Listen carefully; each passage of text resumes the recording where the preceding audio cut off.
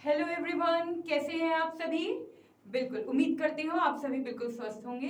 मैं वर्तिका, आपकी computer educator, education studies के प्लेटफॉर्म पे आपका बहुत बहुत स्वागत करती हूँ। बिल्कुल जैसा कि आपको पता है कि एक आज दोबारा से हम नए जोश के साथ, बिल्कुल नई एनर्जी के साथ आपके सामने आए हैं। तो हमारा जो पुराना टॉपिक रह गया था, आज उसी को ही हम कंप्लीट करने आए हैं, जो कि था हमारा सॉफ्टवेयर चल रहा था, है ना। तो सॉफ्टवेयर में हमने बहुत सारी चीजें सीखी करी कि सॉफ्टवेयर क्या होता है, सिस्टम सॉफ्टवेयर क्या होता है, एप्लीकेशन सॉफ्टवेयर क्या होते हैं, यूटिलिटी सॉफ्टवेयर क्या होते हैं। तो बेसिकली हमने तीनों तरीके के सॉफ्टवेयर पे वर्क कर चुके हैं। बिल्कुल बिल्कुल बिल्कुल। हाँ, तो बिल्कुल ही बेहतरीन तरीके से, चलिए बिल्कुल उम्दा तरीके से अब हम आज अपनी एक और क्लास स्टार्ट करते हैं। ठीक है, जो इसका आगे का पार्ट बचा था इसे हम स्टार्ट करेंगे, इसे हम पूरा करते हैं। तो जैसे कि आप देख पा रहे हैं कि हम सिस्टम सॉफ्टवेयर पे आ गए हैं। तो अच्छा, मुझे थोड़ा सा बताइए कि सिस्टम सॉफ्टवेयर क्या होते हैं, उनके एग्जांपल्स क्या है, कमेंट बॉक्स में करके बताइए। बिल्कुल, हाँ, सिस्टम सॉफ्टवेयर क्या होते हैं बताइए। हाँ, सिस्टम सॉफ्टवेयर हमारे ऑपरेटिंग सिस्टम होते हैं। यहां से देख के बोला है या अपने पास बोला है, अपने पास से। बिल्कुल सही। तो सिस्टम सॉफ्टवेयर जो होते हैं वो हमारे ऑपरेटिंग सिस्टम्स होते हैं। यानी कि हम कह सकते हैं कि ऑपरेटिंग सिस्टम्स जो है, हमने बहुत सारी बात की थी इस सिस्टम सॉफ्टवेयर के अंदर। हमने असेंबलर, आपके कंपाइलर, इंटरप्रेटर, इन सब की बात की थी। तो अब इनकी बारी आई। हमने ये टॉपिक टाइप्स ऑफ आपका जो सिस्टम सॉफ्टवेयर है पहले इसलिए नहीं लिया था, क्यों? क्योंकि पहले आपको ये तो बताना था ना कि सॉफ्टवेयर है क्या, कौन कौन सी कैटेगरीज में कौन कौन से सॉफ्टवेयर आते हैं, ये आपको बताना बहुत जरूरी था। क्योंकि ये बेसिक नॉलेज जब तक आपको नहीं होगी, तब तक अगर मैं आपको कंपाइलर बता दूं, इंटरप्रेटर बता दूं, मशीन लैंग्वेज बता दूं, कुछ भी बता दूं, असेंबलर बता दूं, तो आपको समझ में नहीं आती ये चीजें। ठीक है, तो आज हम स्टार्ट कर रहे हैं। जैसे कि हमने बात की थी सिस्टम सॉफ्टवेयर की, तो system software are divided into two parts. एक आपका ऑपरेटिंग सिस्टम है, ये फर्स्ट पार्ट है, और सेकंड पार्ट आपका क्या है, ट्रांसलेटर। ठीक है, तो ऑपरेटिंग सिस्टम, आपके ऑपरेटिंग सिस्टम क्या होते हैं? ऑपरेटिंग सिस्टम वो हैं जिनके बगैर आपका कंप्यूटर चल ही नहीं सकता। यानी कि हम कह सकते हैं आत्मा, यानी कि सोल, राइट। तो जो ऑपरेटिंग सिस्टम है वो हमारे कंप्यूटर की आत्मा है, सोल है। जिस तरीके से हमारी बॉडी में, हमारे शरीर में आत्मा है ना, उसी तरीके से हमारे कंप्यूटर को भी आत्मा की जरूरत होती है भाई चलने के लिए। तो जो कि हमारा काम करता है कौन, ऑपरेटिंग सिस्टम। तो हमने पढ़ा था कि ऑपरेटिंग सिस्टम क्या क्या होते हैं, हमने इस बारे में पढ़ा था। ऑपरेटिंग सिस्टम जो होते हैं वो हमारे लाइनेक्स, यूनिक्स, ठीक है, विंडोज,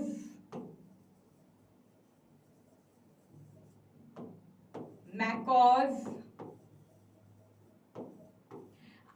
पढ़ा था हमने। ये सारे हमारे क्या है, ऑपरेटिंग सॉफ्टवेयर है। ठीक है, ऑपरेटिंग सॉफ्टवेयर, हमने ऑपरेटिंग सॉफ्टवेयर को डिटेल में लाइनेक्स भी पढ़ा, यूनिक्स भी पढ़ा, विंडोज भी पढ़ा, हमने इन सबको हमने डिटेल में भी पढ़ा था।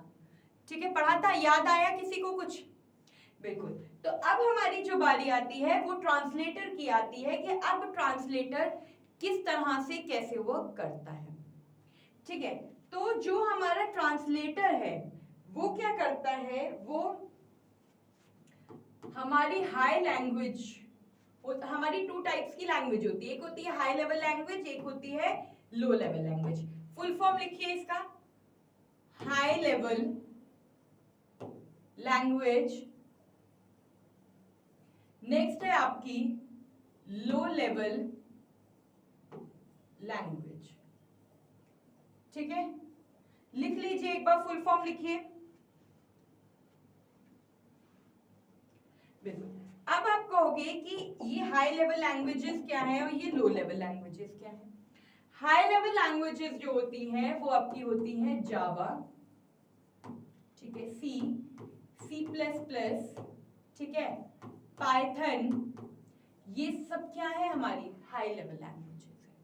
क्या है, हाई लेवल लैंग्वेजेस। अगर मैं आपकी लो लेवल लैंग्वेज की बात कर रही हूं तो लो लेवल लैंग्वेज आपकी कौन सी है, मशीन लैंग्वेज, ठीक है। इसके बाद असेंबलर, ये क्या है, हमारी लो लेवल लैंग्वेजेस है। आगे बात यहां तक समझ में, ठीक है। तो बेसिकली हम हाई लेवल लैंग्वेज की बात कर रहे थे। हाई लेवल लैंग्वेज हमारी जावा, सी, सी प्लस प्लस, पाइथन होती है, और लो लेवल लैंग्वेजेस हमारी ये होती है। जो हमारी हाई लेवल लैंग्वेजेस होती हैं वो हमारी बिल्कुल क्या होती है, ओपन सोर्स सॉफ्टवेयर होती है। अगर आपको मैं बात करूं पाइथन की, ठीक है, पाइथन बिल्कुल ही हमारी ओपन सोर्स सॉफ्टवेयर है। आज के टाइम पे पाइथन सीखना एक बहुत ही सबसे ज्यादा अपने आप में इंपॉर्टेंट पार्ट है कि आपको पाइथन आनी चाहिए, है ना। तो आपको ये पता चलेगा, और पाइथन हमारी बेसिक लैंग्वेज है। तो बेसिकली हम बात कर रहे थे कि हाँ ये सारी लैंग्वेजेस जो है ये आपकी हाई लेवल लैंग्वेज है। आपके एग्जाम में एसएससी में सिर्फ इतना ही आएगा, जो बेसिक आपके एग्जाम्स होते हैं जिसमें कंप्यूटर का वेट, बिल्कुल नहीं नहीं नहीं, ये सिर्फ आपका एसएससी का बैच नहीं है। बार बार मैं कहती हूँ ये आपकी सारे कॉम्पिटिटिव एग्जाम्स की क्लासेस हैं। इसमें किसी भी आपके एग्जाम में, चाहे एसएससी की क्लासेस हो, चाहे दिल्ली पुलिस की हो, यूपी पुलिस की हो, या कोई भी आपके आप एग्जाम्स देने जा रहे हो जिसमें कंप्यूटर आता है, तो कंप्यूटर का पार्ट यही रहता है, ठीक है। थ्योरी पार्ट बिल्कुल यही है, प्रैक्टिकल पार्ट बिल्कुल ही, यहीं से ही आपके क्वेश्चंस बनते हैं, और कहीं क्वेश्चंस आपके बाहर से नहीं आते, ठीक है। तो एक बार इसका स्क्रीनशॉट ले लीजिए, फिर आगे प्रोसीड करते हैं। बिल्कुल,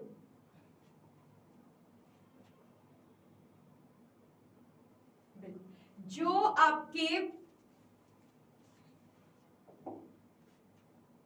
जैसे यहाँ पे अगर मैं ट्रांसलेटर की बात कर रही थी कि जो ट्रांसलेटर है, ट्रांसलेटर एक तरीके का सिस्टम सॉफ्टवेयर है। क्या है, सिस्टम सॉफ्टवेयर। हमने पढ़ा था ना पहले सिस्टम सॉफ्टवेयर, तो ये एक तरीके का हमारा सिस्टम सॉफ्टवेयर है जो कि प्रोग्रामिंग लैंग्वेज को हमारी कन्वर्ट करता है किसमें, मशीन लैंग्वेज में।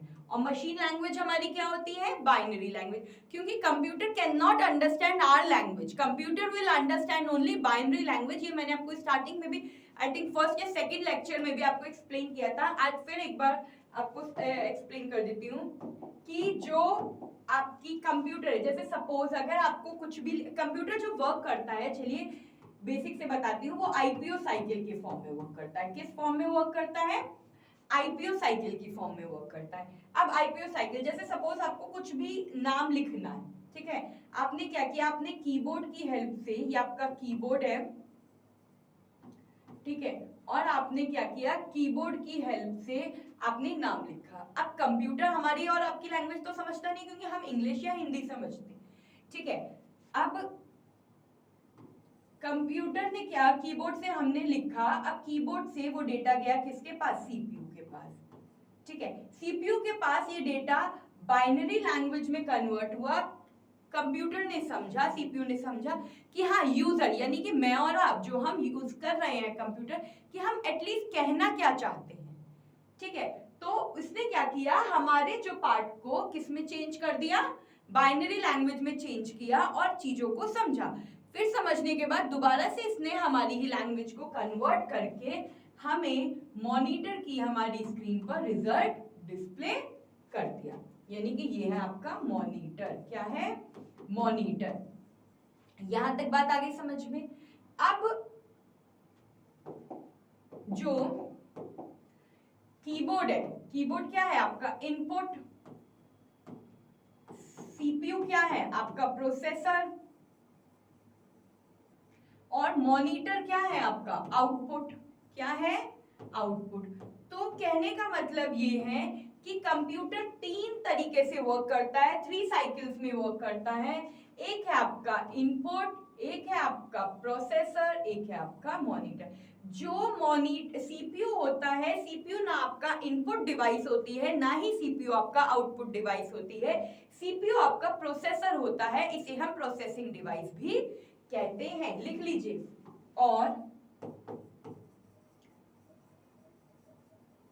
प्रोसेसिंग डिवाइस, क्लियर है यहां तक, किसी को कोई प्रॉब्लम, ठीक है। तो यहां पे हम बात कर रहे थे कि ट्रांसलेटर जो है बेसिकली ये एक सिस्टम सॉफ्टवेयर है जो कि हमारी प्रोग्रामिंग लैंग्वेज को मशीन लैंग्वेज में कन्वर्ट करता है, और हमारी बाइनरी लैंग्वेज क्या है, 0 और 1। इन दैट मींस 0 का मतलब होता है ऑफ और 1 का मतलब होता है ऑन। आगे यहां तक बात समझ में? किसी को कोई प्रॉब्लम? ठीक है। so that the computer can understand and execute our instruction। Computer जब तक का हमारी बात समझेगा नहीं, हमारे इंस्ट्रक्शंस को समझेगा नहीं, तब तक का एग्जीक्यूट नहीं कर पाएगा, तब तक का हमें आउटपुट नहीं दे पाएगा। तो बेसिकली ट्रांसलेटर का काम होता है प्रोग्रामिंग लैंग्वेज को मशीन लैंग्वेज में कन्वर्ट करने का।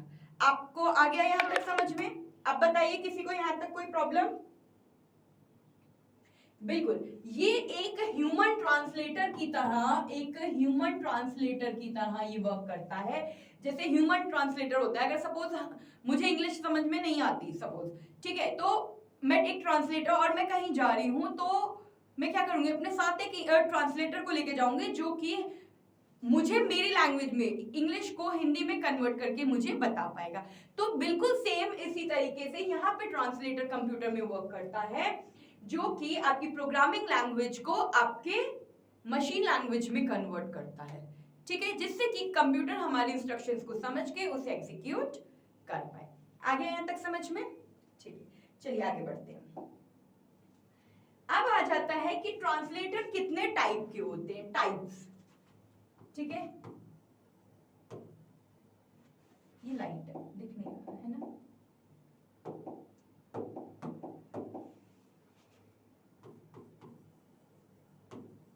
टाइप्स ऑफ लैंग्वेज ट्रांसलेटर, ठीक है, इसके आगे कहिएगा टाइप्स ऑफ लैंग्वेज ट्रांसलेटर। तो there are 3 types of language translator. First आपका हो गया असेंबलर, सेकंड है आपका कंपाइलर, और थर्ड है आपका इंटरप्रेटर, ठीक है। आगे बात समझ में? बिल्कुल। अब हम सब एक एक करके हम तीनों को पढ़ेंगे कि तीनों का क्या यूज होता है, किस तरीके से ये तीनों वर्क करते हैं, ठीक है। चलिए आगे बढ़ते हैं। कंपाइलर, सबसे पहले यहां आ गया कंपाइलर के बारे में। चलिए हम पहले कंपाइलर सेकंड पॉइंट ही पढ़ लेते हैं, कोई प्रॉब्लम नहीं है। कंपाइलर का क्या काम होता है? कंपाइलर ट्रांसलेट करता है एंटायर कोड को एक ही बार में, ठीक है। इसके बाद it converts the entire programme into a machine code at once before execution. If there is an error, the program won't run until all errors are fixed. ठीक है, क्या है? चलिए मैं आपको एग्जांपल देती हूँ। जैसे आपका ये पेज है, ठीक है, इस पेज पर अब आप कोई भी प्रोग्राम लिख रहे हो, आपने एक एक करके प्रोग्राम लिख दिया, ठीक है, पूरे पेज पे आपका प्रोग्राम आ गया। अब सपोज आपकी जो प्रोग्राम में जो एरर था वो आपका इस लाइन में था, किस लाइन में? इस लाइन में एरर था, ठीक है, एरर आपका इस लाइन में था। तो कंप्यूटर ने आपको, कंपाइलर ने आपको पहले नहीं बताया। कंपाइलर ने क्या किया, पहले अपने होल प्रोग्राम को पूरा लिखने दिया आपको। आपका जब पूरा प्रोग्राम लिखा गया, फिर उसके बाद इसने उस प्रोग्राम को रन किया। रन करने के बाद जब प्रोग्राम रन हुआ तब पता चला कि हमारी तो 4th लाइन में प्रॉब्लम थी, एरर था, ठीक है।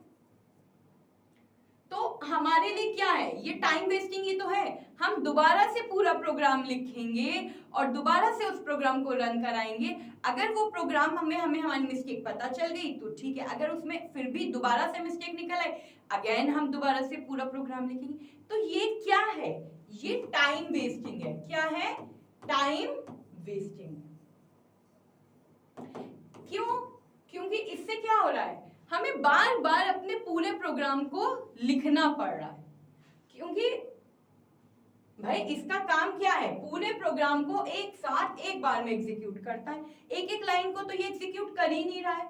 जिससे कि हमें पहले ही हम अपनी प्रॉब्लम को सॉल्व कर पाए। तो टाइम वेस्टिंग तो हो रहा है, एक बार प्रॉब्लम आ गई, सपोज मैंने दोबारा प्रोग्राम लिखा और दोबारा से ही उस प्रोग्राम में प्रॉब्लम आ गई, फिर हम क्या करेंगे, है ना। तो एक तरीके से हम कह सकते हैं कि ये टाइम वेस्टिंग है। और बेसिकली आपको मेन जो याद रखना है वो याद रखना है, यहाँ खैर हम एडवांटेज और डिसएडवांटेजेस की बात नहीं कर रहे हैं, हम मेनली यहाँ पे जो बात कर रहे हैं वो इस चीज की कर रहे हैं कि कंपाइलर का क्या काम होता है। तो कंपाइलर का वर्क होता है होल सोर्स प्रोग्राम को एक ही बार में एग्जीक्यूट करना, पूरे सोर्स कोड को एक बार में एग्जीक्यूट करना। एक बार आप डेफिनेशन की स्क्रीनशॉट ले लीजिए।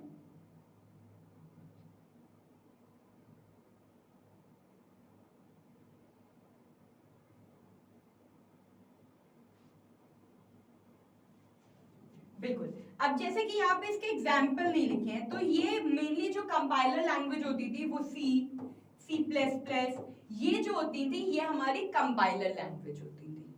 ठीक है, आ गए यहाँ तक बात समझ में? चलिए आगे बढ़ते हैं। अब हम आ जाते हैं असेंबली लैंग्वेज में। असेंबली लैंग्वेज का क्या काम होता था? असेंबली लैंग्वेज हमारे कन्वर्ट्स टू मशीन कोड। हमारे मशीन कोड क्या होती थी? डेफिनेटली मशीन कोड जहां पे भी आए तो ये समझ लीजिए इसका मतलब है बाइनरी लैंग्वेज।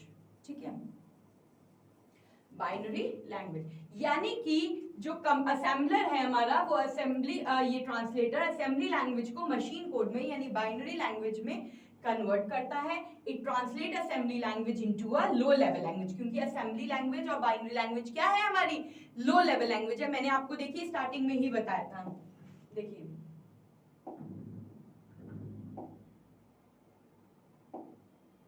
बिल्कुल, देखिए असेंबली लो लेवल लैंग्वेज क्या है? मशीन लैंग्वेज और असेंबलर, यानी कि machine language means binary language. ठीक है, तो बाइनरी लैंग्वेज यानी machine language into a machine language में ये कन्वर्ट कर देता है। ठीक है, यहां तक आगे।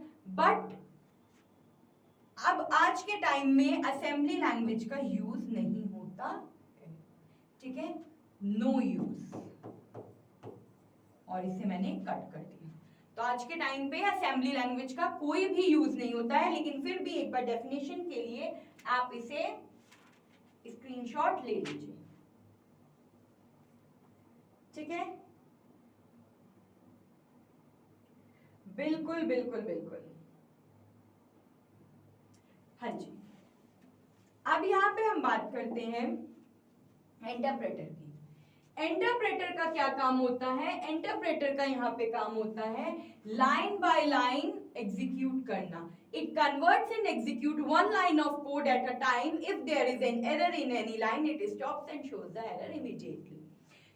एग्जाम्पल के लिए देखते हैं, हमने एक पूरा एक पेज लिया, उस पे हमने पूरा प्रोग्राम रन करा दिया। सपोज मैं पाइथन का एग्जांपल लेती हूँ, मैंने आईडीएलई डाउनलोड किया हुआ है। ठीक है, उसमें मैंने स्क्रिप्ट मोड में आपको लिखना है, ठीक है, या इंटरेक्टिव मोड पे, ही आपके ऊपर। आपने पूरा पाइथन का प्रोग्राम जो है वो लिख लिया। लिखने के बाद आपने प्रोग्राम को जब रन कराए तो ये एक एक लाइन को आपने एक प्रोग्राम लिखा फिर उसे रन कराया, दूसरा प्रोग्राम लिखा रन कराया, थर्ड लिखा थर्ड लाइन उसे रन कराया। तो यानी कि ये एक एक लाइन का एरर आपको बताता हुआ चलता है, जिससे कि आपका प्रोग्राम रन करने में भी इजी होता है, टाइम सेविंग भी होती है आपकी इससे, क्योंकि आपका जहां पे भी एरर होता है, सपोज इस लाइन में एरर है तो आपका यहीं का यहीं वो एरर रिजॉल्व हो जाता है, बार बार आपको पूरा प्रोग्राम लिखने की जरूरत नहीं पड़ती है। आ गया यहां तक समझ में? मेन जो है वो ट्रांसलेटर का इतना ही काम है। ठीक है, बिल्कुल, मेन ट्रांसलेटर का इतना ही काम है। ठीक है, क्लियर हो गया? एक बार स्क्रीनशॉट ले लीजिए, फिर एक एग्जांपल की तरफ चलते हैं। बिल्कुल, अब चलिए आते हैं, चलिए अभी हम कुछ क्वेश्चंस की तरफ बिल्कुल बिल्कुल आएंगे, बिल्कुल आएंगे। अभी इससे पहले मैं आपको एक एग्जांपल देती हूँ। एग्जांपल है हमारा कि जो हमारा सोर्स कोड है, क्या है सोर्स कोड, मैंने आपको बताया। यहाँ पे मैं कलर दूसरा ले लूँ, इस स्क्रीन का सेम कलर हो रहा है, ये ले लेती हूँ। ठीक है, जो हमारा सोर्स कोड है, ठीक है, वो क्या है, मशीन कोड। ठीक है, क्या है हमारा, मशीन कोड। सोर्स कोड क्या है हमारा, मशीन कोड। ठीक है, इसके बाद हमारा प्रोग्राम आता है। प्रोग्राम क्या है हमारा, ऑब्जेक्ट कोड। भाई जो हमें लिखना होगा, वो हमारा जो भी प्रोग्राम हमें लिखना होगा वो हमारा ऑब्जेक्ट ही तो है। हम ये सोच के आए कि हमें क्या करना है। ठीक है, इसके बाद ये क्या करता है, ये हाई लेवल लैंग्वेज से इसे लो लेवल लैंग्वेज में कन्वर्ट करता है। आ गई यहां तक बात समझ में?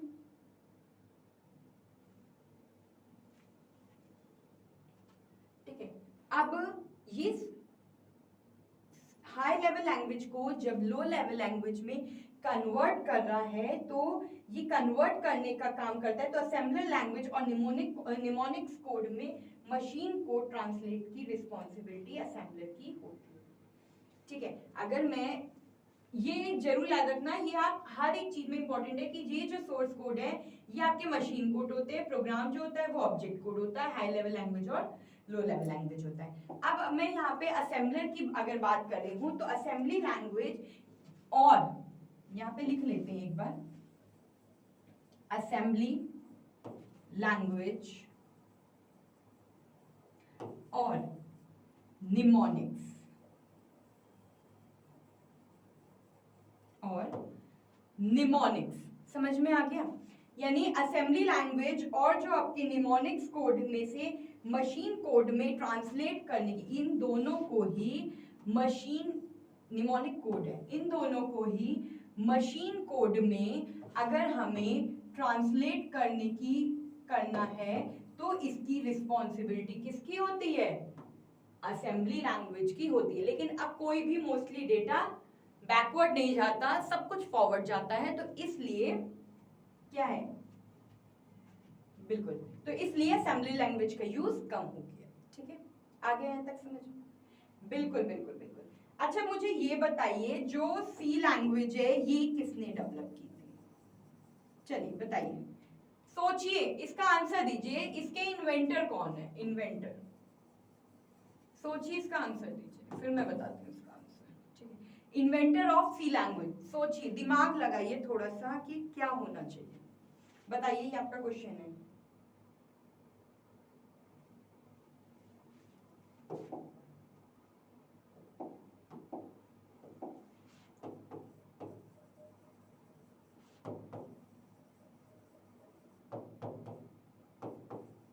इन 1972 में डेनिस रिच्ची ने इन्वेंट किया था, किसको, सी लैंग्वेज को बनाई थी। अच्छा अब जावा का बता दो, चलो जावा का भी बता दो मुझे, जावा किसने बनाई थी, जावा के इन्वेंटर कौन है, बताइए।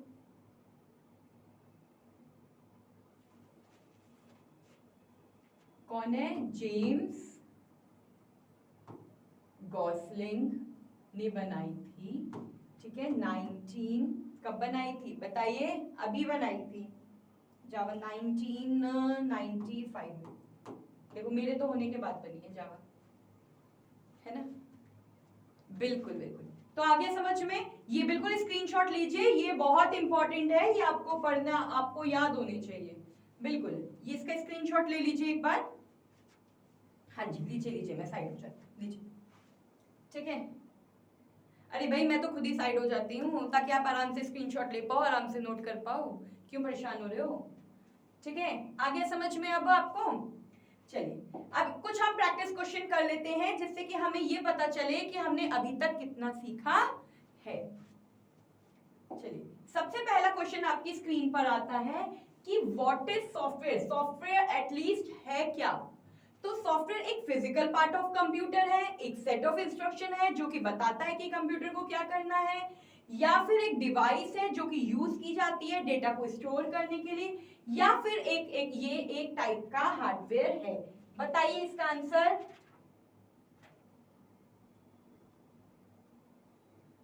बताइए, बिल्कुल ये क्या है, एक सेट ऑफ इंस्ट्रक्शंस है जो कि ये बताता है कि कंप्यूटर को क्या करना है। नेक्स्ट क्वेश्चन आपकी स्क्रीन पर आता है, which of the following is an example of system software? MS system software का एग्जाम्पल कौन सा है? मैं हिंदी में भी लिख देती हूं सिस्टम। अब से आपको क्वेश्चन बाइलिंगुअल मिलेंगे, हिंदी और इंग्लिश दोनों में ही टाइप किया करूंगी मैं। सिस्टम सॉफ्टवेयर का कौन सा एग्जाम्पल है? बताइए, जल्दी से आंसर बताइए। एमएस वर्ड है, विंडोज ओएस है, फोटोशॉप है, वीएलसी मीडिया प्लेयर है। सिस्टम सॉफ्टवेयर का एग्जाम्पल कौन सा है? बताइए, जल्दी बताइए, सोचिए। बिल्कुल सही, विंडोज ऑपरेटिंग सिस्टम जो है ये आपका सिस्टम सॉफ्टवेयर का एग्जाम्पल है। ठीक है, Windows OS means operating system, OS means operating system. आगे बात समझ में? MS word, Photoshop, VLC media player, ये किसके एग्जाम्पल है? ये सब एप्लीकेशन सॉफ्टवेयर के एग्जाम्पल है। किसके एग्जाम्पल है? एप्लीकेशन सॉफ्टवेयर के। हमने पढ़ा था, ठीक है। एमएस वर्ड से हम राइटिंग का काम कर सकते हैं, अगर इमेज में कोई एडिटिंग करनी है हम फोटोशॉप की हेल्प से कर सकते हैं, और वीएलसी मीडिया प्लेयर की हेल्प से हम वीडियोस भी देख सकते हैं। ठीक है, चलिए नेक्स्ट क्वेश्चन की तरफ हम आते हैं। What is the main function of an operating system? Operating system का मेन काम क्या होता है?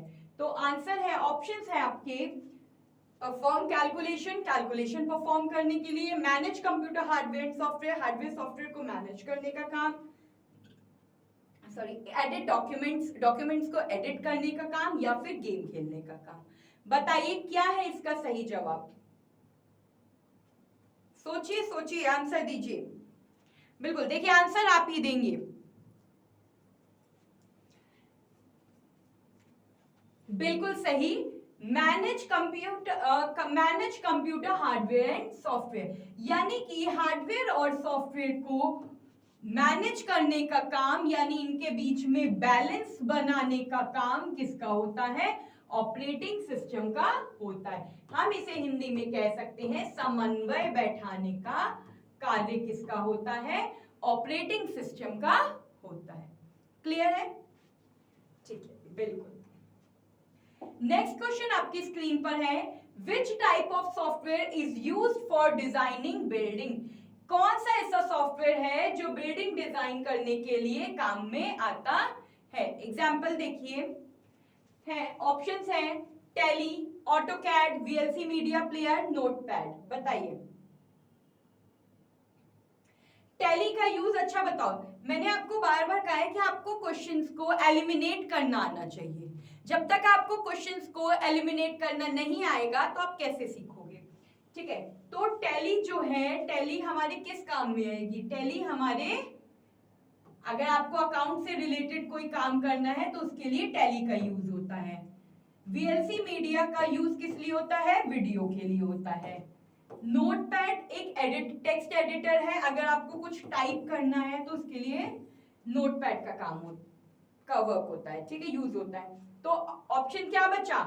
AutoCAD. AutoCAD is the correct answer. तो इस तरीके से आपको अपने ऑप्शंस को एलिमिनेट करना आना चाहिए एग्जाम में, तो आप ऑलरेडी आंसर्स तक पहुंच जाओगे। ठीक है, चलिए नेक्स्ट क्वेश्चन की तरफ बढ़ते हैं। क्वेश्चन है आपका, which of the following is not an example of application software?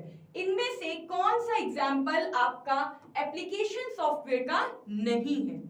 Option है MS Excel, Google Chrome, antivirus, Photoshop. बताइए कौन सा नहीं है पूछा है। अगेन एलिमिनेट करिए, आप खुद से एलिमिनेट करिए, एक बार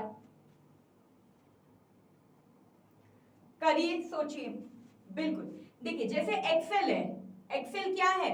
हमारा एप्लीकेशन सॉफ्टवेयर है, इसमें हम टैबुलर डेटा फॉर्म कर सकते हैं, एप्लीकेशन है। ठीक है, गूगल क्रोम बिल्कुल एप्लीकेशन है। फोटोशॉप एप्लीकेशन है। तो कौन सा नहीं है? एंटीवायरस नहीं है। एंटीवायरस मैंने क्या कहा था, क्या है?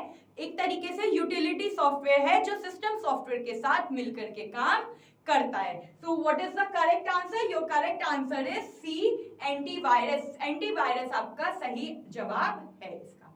इस ऑप्शन का सही आंसर एंटीवायरस है। ठीक है, चलिए नेक्स्ट क्वेश्चन की तरफ प्रोसीड करते हैं, आगे बढ़ते हैं। What does a compiler do? Compiler का क्या काम होता है?